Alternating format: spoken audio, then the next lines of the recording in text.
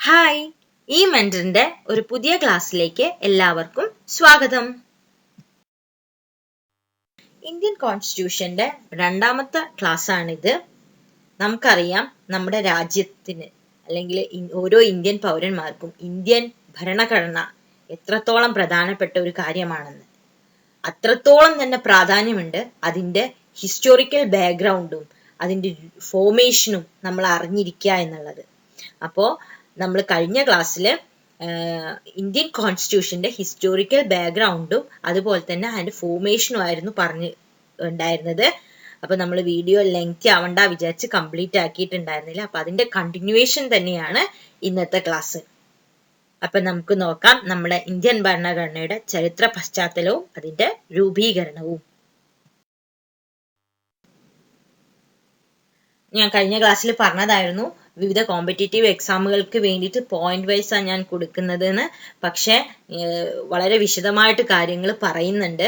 അപ്പൊ നിങ്ങൾ അത് എന്ത് ചെയ്യുക, അതിന്റെ ഹിസ്റ്ററി അല്ലേ, അപ്പൊ അതൊരു കഥ പോലെ തന്നെ മനസ്സിൽ ആലോചിക്കുക.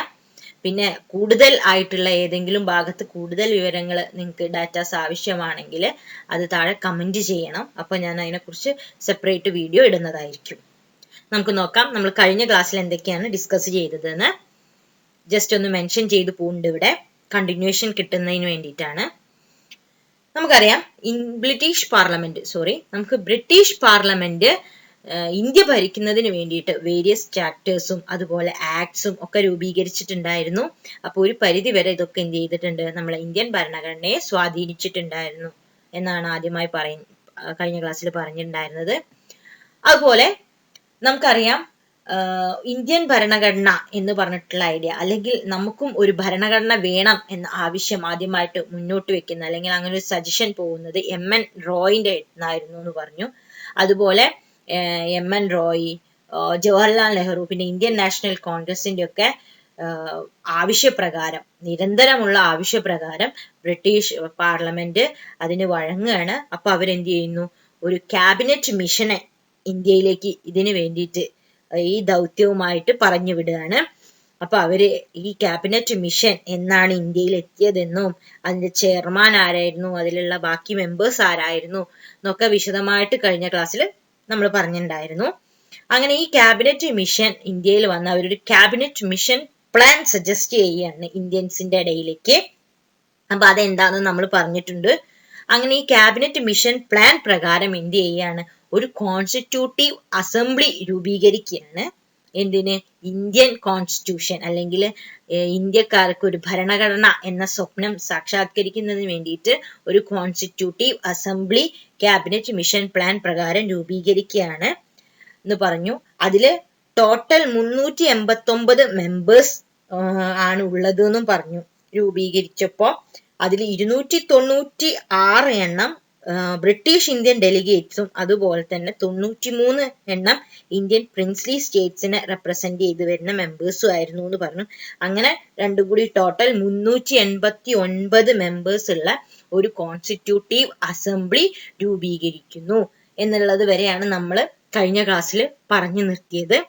അപ്പൊ ഇനി നമ്മൾ ഇന്നത്തെ ക്ലാസ്സിൽ എന്താണ് കോൺസ്റ്റിറ്റ്യൂട്ടീവ് അസംബ്ലി, അതിന്റെ ഉദ്ദേശ ലക്ഷ്യങ്ങളും അതിന്റെ കൂടുതൽ വിവരങ്ങളിലേക്ക് നമുക്ക് നോക്കാം.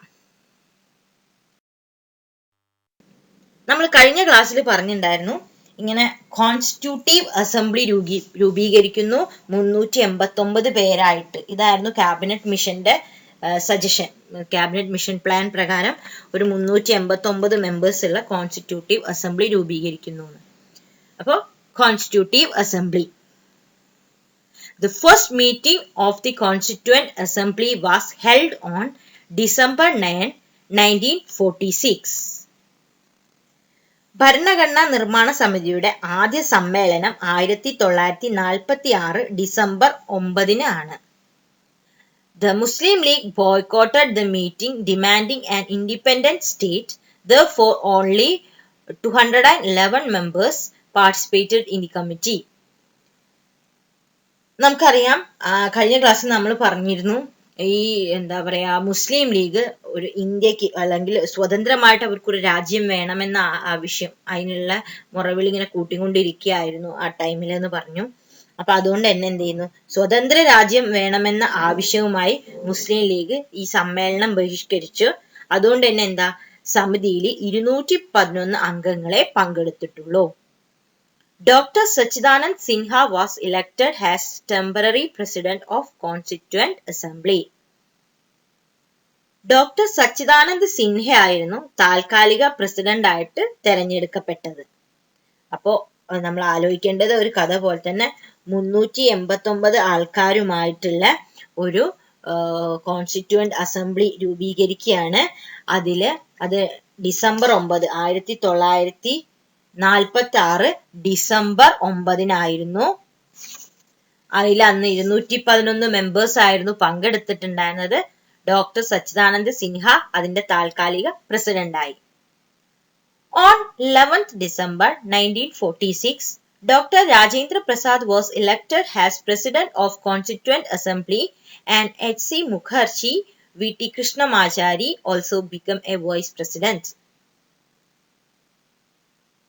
ഡിസംബർ 9 ശേഷം ഡിസംബർ 11 വീണ്ടും കോൺസ്റ്റിറ്റ്യൂവന്റ് അസംബ്ലി കൂടുകയാണ്. അതില് ഡോക്ടർ രാജേന്ദ്ര പ്രസാദിനെ എന്ത് ചെയ്യുന്നു, പെർമനന്റ് ആയിട്ട് പ്രസിഡന്റ് ആയി കോൺസ്റ്റിറ്റ്യൂവന്റ് അസംബ്ലിന്റെ പെർമനന്റ് പ്രസിഡന്റ് ആക്കുകയാണ്. കൂടാതെ എച്ച് സി മുഖർജിയും അതുപോലെ വി ടി കൃഷ്ണമാചാരി ആയിരുന്നു വൈസ് പ്രസിഡന്റുമാർ. On December 13, 1946, Jawaharlal Nehru introduced the historic Objective Resolution, which clarified the basic principles and objectives of the Constitution. December 11 ശേഷം ഡിസംബർ 13 വീണ്ടും എന്ത് ചെയ്യുന്നു, കോൺസ്റ്റിറ്റ്യൂവന്റ് അസംബ്ലി കൂടുന്നു. അതില് ചരിത്ര പ്രസിദ്ധമായ ഒബ്ജക്റ്റീവ് റെസൊല്യൂഷൻ ജവഹർലാൽ നെഹ്റു അവതരിപ്പിക്കുകയാണ്. അപ്പൊ എന്താണ് ഒബ്ജക്റ്റീവ് റെസൊല്യൂഷൻ കൊണ്ട് ഉദ്ദേശിക്കുന്നത്? അതായത് ഭരണഘടനയുടെ അടിസ്ഥാന തത്വങ്ങളും ഉദ്ദേശ ലക്ഷ്യങ്ങളുമാണ് അതിൽ വ്യക്തമാക്കപ്പെട്ടിരുന്നത്. അങ്ങനെ objective resolution December 13 Jawaharlal Nehru constituent അസംബ്ലിയിൽ പ്രസന്റ് ചെയ്തു. ഈ സമിതി ഭാരതത്തെ ഒരു സ്വതന്ത്ര പരമാധികാര രാഷ്ട്രമായി നിശ്ചയദാർഢ്യത്തോടെ പ്രഖ്യാപിക്കുന്നു. ഭാരതത്തിന്റെ ഭാവി ഭരണത്തിന് അനുയോജ്യമായ ഭരണഘടനയുടെ നിർമ്മാണം ഈ സമിതി നിർവഹിക്കുന്നതാണ് തുടങ്ങിയതായിരുന്നു ഒബ്ജക്റ്റീവ് റെസൊല്യൂഷൻ. അത് ജവഹർലാൽ നെഹ്റു ഡിസംബർ 13 അവതരിപ്പിക്കുന്നു. അങ്ങനെ ഒരുപാട് ഉദ്ദേശ ലക്ഷ്യങ്ങളും തത്വങ്ങളൊക്കെ വിശദമാക്കുന്നുണ്ട് ഒബ്ജക്റ്റീവ് റെസൊല്യൂഷനില്. കോമ്പറ്റേറ്റീവ് എക്സാമുകൾക്ക് ചോദിക്കും ഒബ്ജക്റ്റീവ് റെസൊല്യൂഷൻ ആരെ അവതരിപ്പിച്ചു, എന്ന് അവതരിപ്പിച്ചു എന്നുള്ള കാര്യങ്ങളൊക്കെ. അപ്പൊ കോൺസ്റ്റിറ്റ്യൂവന്റ് അസംബ്ലിന്റെ കുറച്ച് കാര്യങ്ങളാണ് പറഞ്ഞത്.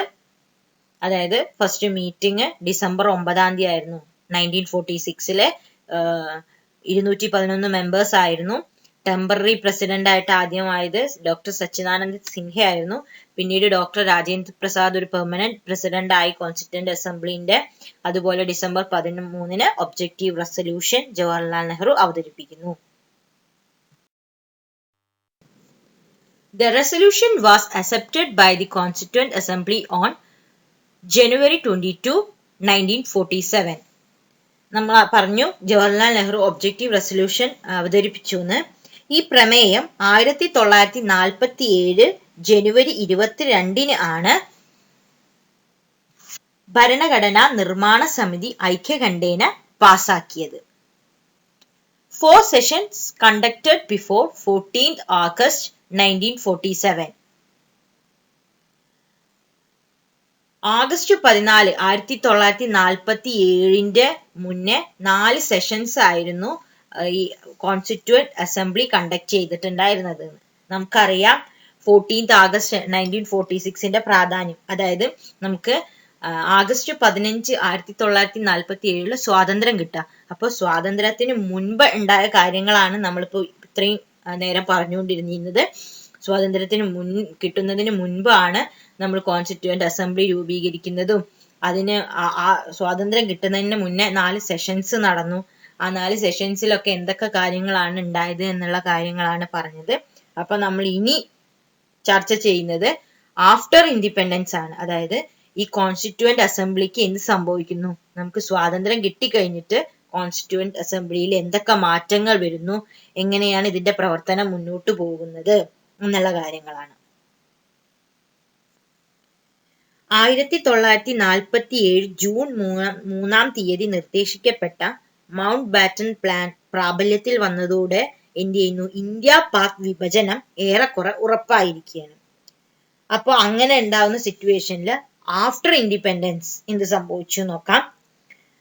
സ്വാതന്ത്ര്യാനന്തരം എന്ത് ചെയ്യാണ്, ഇന്ത്യ പാക് വിഭജനം നടക്കുകയാണ്. അപ്പൊ അതുകൊണ്ട് തന്നെ എന്ത് ചെയ്യുന്നു, പാകിസ്ഥാൻ മേഖലയിൽ ഉൾപ്പെട്ട മുസ്ലിം ലീഗ് പ്രതിനിധികൾ ഇന്ത്യക്ക് വേണ്ടിയുള്ള ഭരണഘടനാ നിർമ്മാണ സമിതിയിൽ നിന്നും രാജിവെച്ചൊഴിഞ്ഞു. Representatives of the Muslim League in the Pakistani region has resigned from the Constituent Assembly on behalf of India. Following this, the number of members was reduced from 389 to 299 under the 1946 Cabinet Mission Plan. അതായത് ഇങ്ങനെ ഒരുപാട് പേര് എന്ത് ചെയ്യുന്നു, ഇന്ത്യക്ക് വേണ്ടിയുള്ള ഈ ഭരണഘടനാ നിർമ്മാണ സമിതിയിൽ നിന്ന് രാജിവെച്ച് ഒഴിഞ്ഞത് മൂലം എന്ത് ചെയ്യുന്നു, 1946 ക്യാബിനറ്റ് മിഷൻ പ്ലാൻ പ്രകാരമുള്ള 389 എന്ന് പറയുന്ന അംഗസംഖ്യയിൽ നിന്നും 299 കുറഞ്ഞു. അങ്ങനെ 299 പേരായിട്ടാണ് പിന്നീട് എന്ത് ചെയ്യുന്നത്, കോൺസ്റ്റിറ്റ്യൂവന്റ് അസംബ്ലി മുന്നോട്ട് പോകുന്നത്. ഈ കോൺസ്റ്റിറ്റ്യൂവന്റ് അസംബ്ലിന്റെ ഇത് ഇന്ത്യൻ ഭരണഘടന രൂപീകരിക്കാന്ന് മാത്രമുള്ളതല്ല, അതിൽ കുറച്ച് കാര്യങ്ങൾ കൂടി നമുക്ക് നേട്ടങ്ങൾ ഉണ്ടായിട്ടുണ്ട്. അത് ഞാൻ ഇവിടെ എഴുതിയിട്ടില്ല, പറയുകയാണ്. അതായത് 1949 മെയ് മാസത്തിൽ ഇന്ത്യയുടെ കോമൺവെൽത്ത് അംഗത്വം യാഥാർത്ഥ്യമാക്കി. അതുപോലെ തന്നെ കൂടാതെ 1947 ജൂലൈ 22 ഇന്ത്യൻ ദേശീയ പതാക തയ്യാറാക്കി. അതുപോലെ തന്നെ 1950 ജനുവരി 24 ദേശീയ ഗാനവും ദേശീയ ഗീതവും തിരഞ്ഞെടുക്കപ്പെട്ടു. ഇങ്ങനത്തെ കുറെ കാര്യങ്ങൾ കൂടി എന്ത് ചെയ്യുന്നുണ്ട്, ഈ ഭരണഘടന നിയമനിർമ്മാണ സഭ സമിതിയിൽ നിക്ഷിപ്തമായിട്ട് അവര് നടത്തിയിട്ടുണ്ടായിരുന്നു. ഓക്കെ, ഇനി നെക്സ്റ്റ് നോക്കാം. 8 major committees and several other minor committees were formed to carry out various responsibilities related to the drafting of the constitution. പറഞ്ഞു 299 പേരായിട്ട് വീണ്ടും എന്ത് ചെയ്യുന്നതാണ്, കോൺസ്റ്റിറ്റ്യൂവന്റ് അസംബ്ലി മുന്നോട്ട് പോവുകയാണ് അവരുടെ ദൗത്യം. ഈ കോൺസ്റ്റിറ്റ്യൂവന്റ് അസംബ്ലിനെ ഓരോ എന്താ പറയാ അവരുടെ എന്താ പറയാ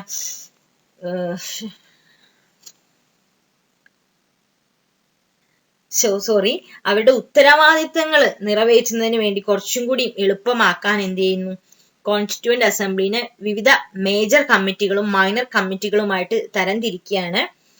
അങ്ങനെ 8 മേജർ കമ്മിറ്റികളും അതുപോലെ തന്നെ സെവറൽ അതർ മൈനർ കമ്മിറ്റികളും നിയമനിർമ്മാണ സമിതി അതിന്റെ പ്രവർത്തനത്തെ സുഗമമാക്കുന്നതിന് വേണ്ടിയിട്ട് ഭരണഘടനാ നിർമ്മാണവുമായി ബന്ധപ്പെട്ട ഉത്തരവാദിത്തങ്ങൾ നിർവഹിക്കുന്നതിന് വേണ്ടിയിട്ട് എന്ത് ചെയ്യുന്നു, 8 മേജർ കമ്മിറ്റികളും അതുപോലെ തന്നെ മറ്റനേകം മൈനർ കമ്മിറ്റികളും രൂപീകരിക്കുകയാണ്.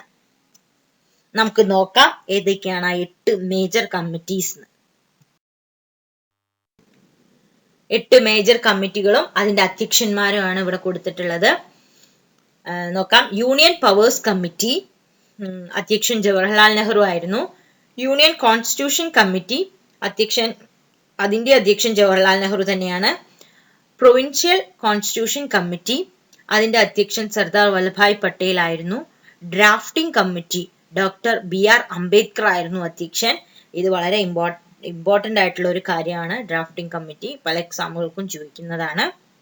അതുപോലെ advisory committee on fundamental rights, minorities and tribal and excluded areas, Sardar Vallabhbhai Patel ആയിരുന്നു.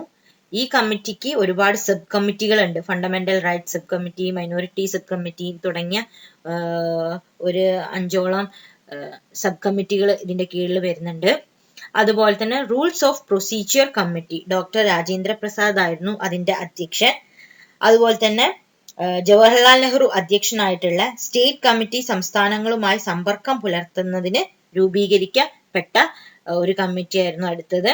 അതുപോലെ steering committee, doctor Rajendra Prasad അധ്യക്ഷനായിട്ടുള്ള സ്റ്റിയറിംഗ് കമ്മിറ്റി. കൂടാതെ ഒരുപാട് മൈനർ കമ്മിറ്റീസ് ഉണ്ടെന്ന് പറഞ്ഞു. Financial and staff committee, credentials committee, house committee, പിന്നെ committee on chief commissioners provinces തുടങ്ങി ഇങ്ങനെ ഒരുപാട് മൈനർ കമ്മിറ്റികളുണ്ട്. അത് കൂടാതെ ഞാൻ പറഞ്ഞു ഡ്രാഫ്റ്റിംഗ് കമ്മിറ്റി വളരെ പ്രധാനപ്പെട്ട ഒരു കാര്യമാണ്. ഡോക്ടർ BR അംബേദ്കർ ആയിരുന്നു അതിന്റെ അധ്യക്ഷൻ എന്ന് പറഞ്ഞു. അതായത് കോൺസ്റ്റിറ്റ്യുവന്റ് അസംബ്ലിയുടെ കമ്മിറ്റികളിൽ ഏറ്റവും പ്രധാനപ്പെട്ട ഒരു കമ്മിറ്റിയാണ് ഡ്രാഫ്റ്റിംഗ് കമ്മിറ്റി. 1947 ഓഗസ്റ്റ് 29 ഈ കമ്മിറ്റി രൂപീകരിക്കപ്പെട്ടത്. 7 അംഗങ്ങൾ അടങ്ങിയതായിരുന്നു ഈ സമിതി. അതിൽ അധ്യക്ഷനായിരുന്നു ഡോക്ടർ BR അംബേദ്കർ. അംബേദ്കറിനെ കൂടാതെ ബാക്കിയുള്ള 6 പേര് എന്ന് പറഞ്ഞിട്ടുണ്ടെങ്കിൽ N ഗോപാലസ്വാമി അയ്യങ്കാർ, അതുപോലെ തന്നെ അല്ലാടി കൃഷ്ണസ്വാമി അയ്യർ, അതുപോലെ ഡോക്ടർ KM മുൻഷി, കൂടാതെ സെയ്ദ് മുഹമ്മദ് സാദുള്ള, പിന്നെ N മാധവറാവു. ഈ മാധവറാവു നമ്മുടെ BL മിറ്റർ കമ്മിറ്റിയിൽ നിന്നും അസുഖങ്ങൾ മൂലം എന്ത് ചെയ്യുന്നു, രാജിവെക്കുന്നു. അതിന് പകരം വന്ന ആളാണ് N മാധവറാവു. അതുപോലെ തന്നെ ആദ്യം DB ഖെയ്ത്താൻ എന്ന് പറഞ്ഞിട്ടുള്ള ഒരു കമ്മിറ്റി അംഗം ഉണ്ടായിരുന്നു. അദ്ദേഹം 1948 അന്തരിച്ചു. തുടർന്ന് ഈ സ്ഥാനം തുടർന്നത് TT കൃഷ്ണമാചാരി ആയിരുന്നു. അങ്ങനെ 7 അംഗങ്ങൾ doctor BR Ambedkar, N Gopalaswami Ayyangar, Alladi Krishnaswami Ayyar, doctor KM Munshi, Syed Muhammad Saadulla, N Madhava Rao, TT Krishnamachari തുടങ്ങിയ ഈ ആൾക്കാരുള്ള 7 അംഗ സമിതിയായിരുന്നു ഡ്രാഫ്റ്റിംഗ് കമ്മിറ്റി. വളരെ പ്രധാനപ്പെട്ട ഒരു കമ്മിറ്റിയാണ്. മറ്റനേകം കമ്മിറ്റികളുടെ അഭിപ്രായങ്ങൾ പരിഗണിച്ചത് ശേഷമാണ് ഈ കമ്മിറ്റി എന്ത് ചെയ്യുന്നത്, ഒരു ആദിഘടന രൂപപ്പെടുത്തിയത്. Indian constitution. അതിനെ തുടർന്ന് ബാക്കിയുള്ളവരുടെ അഭിപ്രായങ്ങളെ മാനിച്ചും പല നിർദ്ദേശങ്ങളും അഭിപ്രായ പ്രകടനങ്ങളൊക്കെ അനുസരിച്ചിട്ട് എന്ത് ചെയ്യുന്നു, ഒരു പുനഃസൃഷ്ടി, അതിന്റെ ഒരു അന്തിമ രൂപം 1948 ഒക്ടോബറിൽ ഈ കമ്മിറ്റിയാണ് എന്ത് ചെയ്യുന്നത്, പ്രസിദ്ധീകരിക്കുന്നത്. ഈ കമ്മിറ്റിയുടെ 141 ദിവസത്തെ പരിശ്രമ ഫലമായാണ് എന്ത് ചെയ്യുന്നത്, ഇന്ത്യൻ ഭരണഘടന രൂപീകൃതമാവുന്നത്. അതുകൊണ്ട് തന്നെയാണ് ഡ്രാഫ്റ്റിംഗ് കമ്മിറ്റി ഇത്രയും പ്രധാനപ്പെട്ട ഒന്നായത്. അതുകൊണ്ട് തന്നെയാണ് ഡോക്ടർ BR അംബേദ്കറിനെ നമ്മൾ ഇന്നും ഓർമ്മിക്കുന്നത് ഭരണഘടനാ ശില്പി എന്ന നിലയിൽ. ഓക്കെ, അപ്പൊ ഇത്രയാണ് മേജർ കമ്മിറ്റീസും അതിന്റെ ചെയർമാനും. കൂടാതെ മൈനർ കമ്മിറ്റീസ് ഉണ്ട് എന്ന് പറഞ്ഞു, ഡ്രാഫ്റ്റിംഗ് കമ്മിറ്റീന്റെ പ്രാധാന്യം പറഞ്ഞു. ഇനി നിങ്ങൾക്ക് ഈ ഡ്രാഫ്റ്റിംഗ് കമ്മിറ്റി മാത്രമായിട്ട് ഒരു സ്ലൈഡ് ഇതിനെ കുറിച്ച് മാത്രം കൂടുതൽ അറിയണമെങ്കിൽ നിങ്ങൾ കമന്റ് ചെയ്താൽ മതി. ഡ്രാഫ്റ്റിംഗ് കമ്മിറ്റി എന്നുള്ള ഇത് മാത്രമായിട്ട് ഞാൻ വേണമെങ്കിൽ ഒരു ചെറിയ ക്ലാസ് തയ്യാറാക്കുന്നതാണ്. അപ്പൊ ഇത്രയും മനസ്സിലായി എന്ന് വിചാരിക്കുന്നു. ഇനി നെക്സ്റ്റ്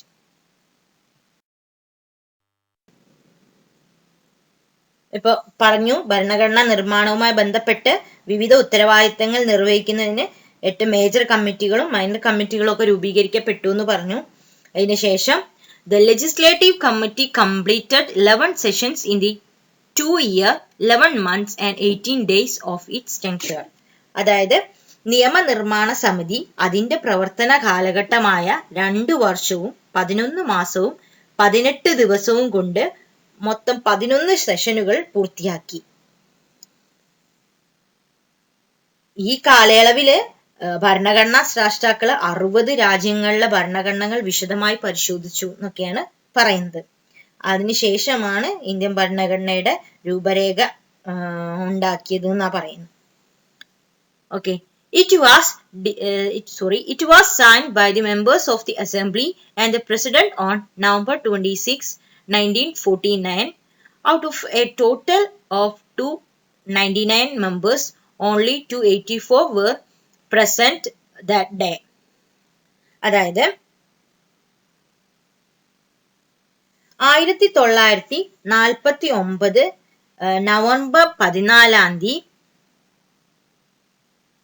26 നവംബർ 26 അതായത് 1949 നവംബർ 26 അസംബ്ലി അംഗങ്ങൾ അതുപോലെ പ്രസിഡന്റും ഇതിൽ ഒപ്പുവെക്കുകയാണ്. ആകെ അന്ന് 299 അംഗങ്ങൾ ഉണ്ടായിരുന്നത് എന്ന് പറഞ്ഞു. പക്ഷെ അതിൽ തന്നെ എന്ത് ചെയ്യുന്നു, 284 പേര് അന്നത്തെ ദിവസം പ്രസന്റ് ആയിരുന്നുള്ളൂ, അന്നത്തെ ദിവസം ഹാജരായുള്ളൂ. അപ്പൊ അതുകൊണ്ട് തന്നെ എന്ത് ചെയ്യുന്നു, ഈ 284 അംഗങ്ങൾ അതിൽ ഒപ്പുവെക്കുകയാണ്, കൂടെ പ്രസിഡന്റും. അങ്ങനെ നമുക്ക് ഒരു ഇന്ത്യൻ ഭരണഘടന എന്ന സ്വപ്നം യാഥാർത്ഥ്യമാവുകയാണ്. ഈ നവംബർ 26 ആയിരുന്നു. അതുകൊണ്ട് തന്നെ എന്താണ് കോൺസ്റ്റിറ്റ്യൂഷൻ ഡേ എന്ന് കൂടി അറിയപ്പെടുന്നുണ്ട്. നമ്മൾ കോൺസ്റ്റിറ്റ്യൂഷൻ ഡേ എന്നറിയപ്പെടുന്നത് മറക്കരുത് നവംബർ 26 തീയതിയാണ്. കാരണം എല്ലാം പൂർത്തിയായിട്ട് നവംബർ 26 പ്രാബല്യത്തിൽ വരുന്നത്, സൈൻ ചെയ്യുന്നത്. അതുകൊണ്ട് തന്നെ കോൺസ്റ്റിറ്റ്യൂഷൻ ഡേ നവംബർ 26 തീയതിയാണ്. The last session of the Constituent Assembly was held on January 24, 1950. Thereafter, the committee continued to be the Provincial Parliament of India. നമുക്കറിയാം ഇതിന്റെ ഇടയ്ക്ക് ഒരുപാട് തവണ ഒരുപാട് ദിവസങ്ങൾ ഒരുപാട് തവണ ഇങ്ങനെ നോക്കലും തിരുത്തലും അങ്ങനെ ഒരുപാട് ഡിസ്കഷൻസും ഒക്കെ നടന്നിട്ടുണ്ട് എന്ന് പറഞ്ഞു.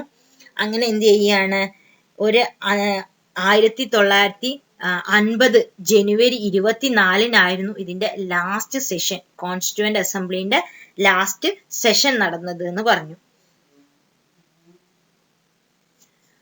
1950 ജനുവരി 24 ഭരണഘടനാ നിർമ്മാണ സമിതിയുടെ അവസാന സെഷൻ. പിന്നീട് എന്ത് സംഭവിച്ചു ഈ കോൺസ്റ്റിറ്റ്യൂവന്റ് അസംബ്ലിക്ക് എന്ന് വെച്ചിട്ടുണ്ടെങ്കിൽ, അതായത് അതിനുശേഷം ഈ സമിതി കോൺസ്റ്റിറ്റ്യൂവന്റ് അസംബ്ലി എന്ത് ചെയ്യാണ്, ഇന്ത്യയുടെ പ്രൊവിഷണൽ പാർലമെന്റ് ആയിട്ട് തുടരാം. നമുക്കറിയാം, നമുക്ക് 50 റിപ്പബ്ലിക് ആയതെന്ന് അറിയാം. പക്ഷെ ഒരു 50, 51, 52 കാലഘട്ടത്തിലാണ് എന്ത് ചെയ്യുന്നത്, പൊതു തെരഞ്ഞെടുപ്പ് വരുന്നതും പുതിയ പാർലമെന്റ് സമ്മേളിക്കുന്നതൊക്കെ. അപ്പൊ അതുവരെയും ഇന്ത്യയുടെ ഭരണം എന്ത് ചെയ്യണം, ശരിയായ വിധം നടക്കണം. അപ്പൊ അതിന് വേണ്ടിയിട്ട് എന്ത് ചെയ്യാണ്, ഈ സമിതിയാണ് ഇന്ത്യയുടെ പ്രൊവിഷണൽ പാർലമെന്റ് ആയിട്ട് മാറുന്നത്. ബിക്കം റിപ്പബ്ലിക് ഓൺ 26 ജനുവരി 1950. നമുക്കറിയാം ഇന്ത്യ റിപ്പബ്ലിക് ആവുന്നത്, അല്ലെങ്കിൽ നമ്മൾ റിപ്പബ്ലിക് ഡേ ആയിട്ട് ആഘോഷിക്കുന്ന ജനുവരി 26 എന്ന്. അതായത് ഇന്ത്യ റിപ്പബ്ലിക് ആവുകയാണ് എന്ന് 1950 ജനുവരി 26 ഇന്ത്യ റിപ്പബ്ലിക് ആവുന്നു. അങ്ങനെ നമ്മുടെ സ്വപ്നം യാഥാർത്ഥ്യമാവുന്നു. ഓരോ ഭാരതീയന്റെയും സ്വപ്നവും പിന്നെ അതുപോലെ തന്നെ അവരുടെ ആവശ്യവും എന്ത് ചെയ്യാണ്, പ്രാബല്യത്തിൽ വരികയാണ്. അപ്പൊ നിങ്ങൾക്കൊരു സംശയം തോന്നാം ഇവിടെ, എന്താണ് നവംബർ 26 1949 നവംബർ 26 തന്നെ എന്ത് ചെയ്യാണ്, ഇന്ത്യൻ ഭരണഘടന പ്രാബല്യത്തിൽ വരികയാണ്, സൈൻ ചെയ്തിട്ട്, എല്ലാ അംഗങ്ങളും സൈൻ ചെയ്തിട്ട്. നമ്മൾ കോൺസ്റ്റിറ്റ്യൂഷൻ ഡേ ആയിട്ടും നവംബർ 26 ആചരിക്കുന്നുണ്ട്. പിന്നീടും എന്തിനായിരുന്നു ഈ കാലതാമസം എന്നുള്ളത് ഒരു സംശയമായി വരാം. അതിന് ഉത്തരം ഞാൻ പറയാം. അതായത് ഇന്ത്യൻ ഭരണഘടനയിലെ പൗരത്വം, തെരഞ്ഞെടുപ്പ്, ഇടക്കാല പാർലമെന്റ്, താൽക്കാലിക പ്രൊവിഷനുകൾ ഇങ്ങനെയുള്ള നിയമാവലികളൊക്കെയാണ് എന്ത് ചെയ്യുന്നത് 1949 നവംബർ 26 തന്നെ പ്രാബല്യത്തിൽ വന്നത്. പിന്നെ ഭരണഘടനയുടെ ബാക്കി ഭാഗങ്ങൾ, നമുക്കറിയാം നമ്മളെ ഭരണഘടന എഴുതപ്പെട്ടതിൽ വെച്ച് ഏറ്റവും വലിയ ഭരണഘടനയാണ് ലോകത്തിലെ തന്നെ. അപ്പൊ അതുകൊണ്ട് പിന്നെ അതുപോലെ ബാക്കി ഭരണഘടനയുടെ ബാക്കി ഭാഗം നിയമമാവുന്നത് എന്താണ് 1950 ജനുവരി 26 അത് കൂടാതെ ഒരു കാര്യം കൂടി ഉണ്ട്. എന്താണ്, നമുക്കറിയാം അത് ഇന്ത്യൻ ഹിസ്റ്ററിയിൽ നമ്മൾ വിശദമായിട്ട് പഠിക്കും. എന്ത്, ജനുവരി 26 വേറൊരു ചരിത്ര പ്രധാനമായ ഒരു പ്രാധാന്യം കൂടി ഉണ്ട്. അതെന്താ വെച്ചിട്ടുണ്ടെങ്കിൽ 1929 ഡിസംബറിലെ ലാഹോർ സെഷനിലെ എന്താണ്, ആ ലാഹോർ സെഷനിലെ പ്രഖ്യാപനം അനുസരിച്ച് ഇന്ത്യൻ നാഷണൽ കോൺഗ്രസ് പൂർണ്ണ സ്വരാജ് ആഘോഷിച്ചത് 1930 ജനുവരി 26 അപ്പൊ അതുകൊണ്ട് തന്നെയാണ് നമ്മൾ എന്ത് ചെയ്യുന്നത്, ആ പൂർണ്ണ സ്വരാജ് എന്നുള്ള ആശയം അല്ലെ. അപ്പൊ അതുകൊണ്ട് തന്നെ എന്ത് ചെയ്യുന്നു, നമ്മള് ജനുവരി 26 നമ്മൾ ഇന്ത്യ റിപ്പബ്ലിക് ആവുകയാണ്. ഇങ്ങനെയുള്ള കാര്യങ്ങൾ കൊണ്ടാണ് എന്ത് ചെയ്യുന്നത്, ആ ദിവസം നാം റിപ്പബ്ലിക് ദിനമായി ആഘോഷിക്കുന്നതും ഇന്ത്യൻ ഭരണഘടന പൂർണ്ണമായിട്ടും നിലവിൽ വന്നത്, പ്രാബല്യത്തിൽ വന്നത് 1950 ജനുവരി 26 അത് നമ്മൾ ഇന്ത്യൻ റിപ്പബ്ലിക് ഡേ ആയിട്ട് ആചരിക്കുന്നു. അങ്ങനെ ഓരോ ഭാരതീയന്റെ സ്വപ്നവും എന്താണ്, നിറവേറുകയാണ്. അപ്പൊ ഇത്രയും കാര്യങ്ങളാണ് നമ്മള് ഇന്ത്യൻ കോൺസ്റ്റിറ്റ്യൂഷന്റെ ഹിസ്റ്റോറിക്കൽ ബാക്ക്ഗ്രൗണ്ടും അതിന്റെ ഫോർമേഷനിലും ഡിസ്കസ് ചെയ്തത്. നമുക്കറിയാം. അപ്പോൾ വിശദമായിട്ട് നമ്മൾ എന്ത് ചെയ്യുന്നു, അതിന്റെ ചരിത്ര പശ്ചാത്തലവും അതുപോലെ തന്നെ ഫോർമേഷനും നോക്കി. ഇനി നിന്നാണ് നമ്മൾ എന്താണ് ഇന്ത്യൻ ഭരണഘടന എന്ന് അറിഞ്ഞു തുടങ്ങാൻ പോകുന്നത്. അപ്പോൾ എൻ്റെ അടുത്ത ക്ലാസ്സിൽ എന്താണ് ഇന്ത്യൻ ഭരണഘടനയുടെ ഫീച്ചേഴ്സ്, അതിന്റെ സവിശേഷതകൾ, അതിന്റെ ഓരോ ആർട്ടിക്കിളുകളും എല്ലാം വിശദമായിട്ട് നമുക്ക് ഡിസ്കസ് ചെയ്യാം. അപ്പോൾ ചരിത്രം മനസ്സിലായി, ഇന്ത്യൻ ഭരണഘടന ഉണ്ടായ ചരിത്രം എങ്ങനെയാണ്, എത്ര ആൾക്കാരെ അധ്വാനമാണ്, ഉത്തരവാദിത്തമാണ്, എത്ര ആൾക്കാരെ സ്വപ്നങ്ങളാണ് എന്നൊക്കെയുള്ള കാര്യങ്ങളൊക്കെ ഇപ്പം നമ്മൾ ഡിസ്കസ് ചെയ്തു. അതിൽ വേണ്ടി കഷ്ടപ്പെട്ട ആൾക്കാരുടെ പേരുകളൊക്കെ നമ്മൾ മറന്നു പോകരുത്, ഒക്കെ ഇതിൽ മെൻഷൻ ചെയ്തു പോയിട്ടുണ്ട്. അപ്പം ഇനി നമ്മൾ അടുത്ത ക്ലാസ്സിൽ അതിൻ്റെ ഫീച്ചേഴ്സിനെ കുറിച്ചിട്ടാണ് നോക്കുന്നത്. അതുപോലെ തന്നെ ഓരോ ആർട്ടിക്കിളുകളും എല്ലാ കാര്യങ്ങളും വിശദമായിട്ട് ഡിസ്കസ് ചെയ്യാം. അപ്പോൾ ഇന്നത്തെ ക്ലാസ് നിങ്ങൾക്ക് ഇഷ്ടമായെങ്കിൽ നിങ്ങൾ എന്ത് ചെയ്യണം, സബ്സ്ക്രൈബ് ചെയ്യണം, അതുപോലെ തന്നെ ലൈക്കും ചെയ്യുക. തുടർന്ന് എൻ്റെ ക്ലാസ്സുകൾ, ഞാനിടുന്ന ഓരോ ക്ലാസ്സുകൾ ലഭിക്കുന്നതിന് വേണ്ടിയിട്ട് എന്ത് ചെയ്യണം, ബെല്ലൈക്കൺ പ്രസ് ചെയ്യുക. നിങ്ങളുടെ അഭിപ്രായങ്ങൾ കമൻറ്റ് ചെയ്യുക. അതുപോലെ തന്നെ നിങ്ങളുടെ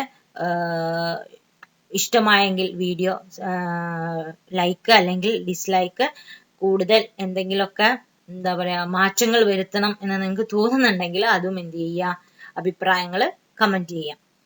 അപ്പോൾ അടുത്ത ക്ലാസ്സിൽ കാണുന്നത് വരയ്ക്കും എല്ലാവർക്കും ഒരിക്കൽ കൂടി നന്ദി, നമസ്കാരം.